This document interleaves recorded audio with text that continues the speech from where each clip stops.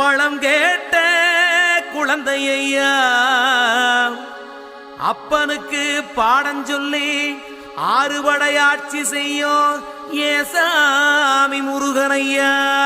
Vetrivel.